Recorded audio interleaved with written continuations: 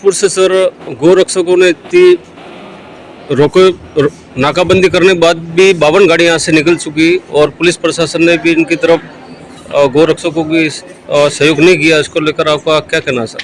सबसे पहले आपको न्यूज़ चैनल को धन्यवाद जो यहाँ पे कवरेज कर रहे हो उसके लिए।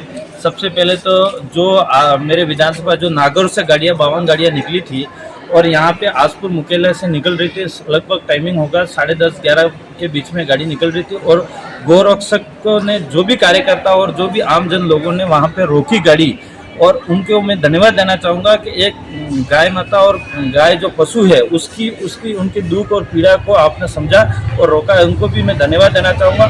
साथ ही मैं ये कहना चाह रहा हूँ कि सरकार एक उसको प्रोटोकॉल दे रही है जो गौ माता के जो माफिया है जो एक तरह से धंधा बना रखा है उन्होंने। आज भाजपा भारतीय जनता पार्टी एक तरफ कहती है कि गौ माता की हम रक्षा कर रहे हैं और गौ माता के नाम पे वोट ले रहे हैं, हिंदू की बात करते हैं, लेकिन एक तरफ गौ माता को जबरदस्ती ट्रकों के अंदर भरा के जहाँ पे 7 की कैपेसिटी है वहाँ पे 10-10 भर के और मरे ऐसी स्थिति में ले जाके और एमपी बॉर्डर से बाहर भेज रहे। और कहीं कहीं मुझे ऐसा लगता है कि ये एक तरह से उन्होंने बिजनेस है और ये तभी बात करता है जब वोटों की राजनीति करनी होती है, जब चुनाव आते तभी गाय माता की रक्षा की बात करता है, अन्यथा नहीं करते।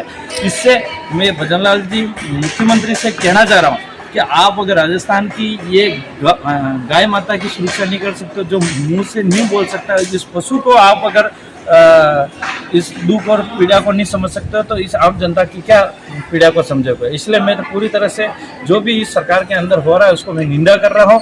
और जो पुलिस के प्रोटोकॉल आज कई सारे कहते हैं पुलिस ने वो करा, लेकिन नागौर से यहाँ तक एमपी बॉर्डर तक कई सारे जिले काट के और पुलिस के प्रोटोकॉल में गाड़ियाँ आ रही है। तो मैं तो ये मानता हूँ पुलिस की एक जिम्मेदारी है, वो एक सरकार का नौकर है।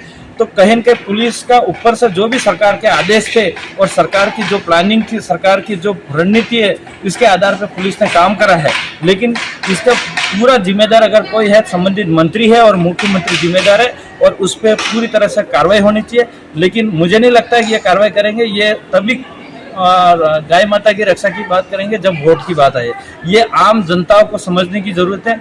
आज गाय माता के इस संगठन के अंदर भी कई सारे ऐसे भी लोग हैं जिसके घर में गाय नहीं है, वो भी संगठन में बैठे हुए, वो कभी इसकी बात नहीं उठाएंगे। आज मैं हूँ, मेरे घर के अंदर 4 से 5 गाय हैं, जो हर घर के अंदर जिस गायें रहती हैं, जो पशु रहते हैं, उनको उसके जब 1 दिन 2 दिन का खाना नहीं मिलता है तो उनको कितना दुख होता है, वो उनकी पीड़ा, पशुओं की पीड़ा वो समझ सकता है।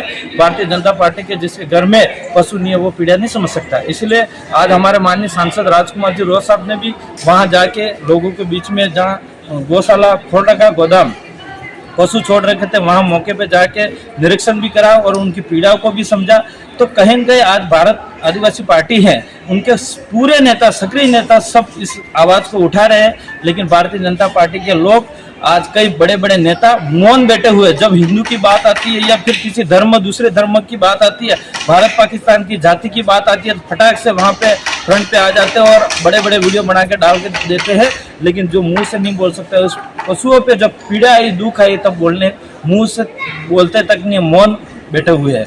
इसलिए मैं पूरी तरह से इस सरकार को निंदा करता हूँ। इस तरह से आपने सिस्टम बैठा रखा, ये सिस्टम आपने एक अपना जो धंधा बना रखा, जो बिजनेस बना रखा है, उसको कहीं न कहीं जनता इस बात को समझ रही है, आपको माफ नहीं करेगा। और जो मुंह से नहीं बोल रहा है, ये पशु भी आपको कहीं माफ नहीं करेंगे, उनकी दुआ आपके लगेगी और कहीं न कहीं यहाँ पे पूरे राजस्थान के अंदर आपकी सफाई होगी। ये मैं भारतीय जनता पार्टी को चेतावनी देना चाहूँगा। बहुत बहुत धन्यवाद।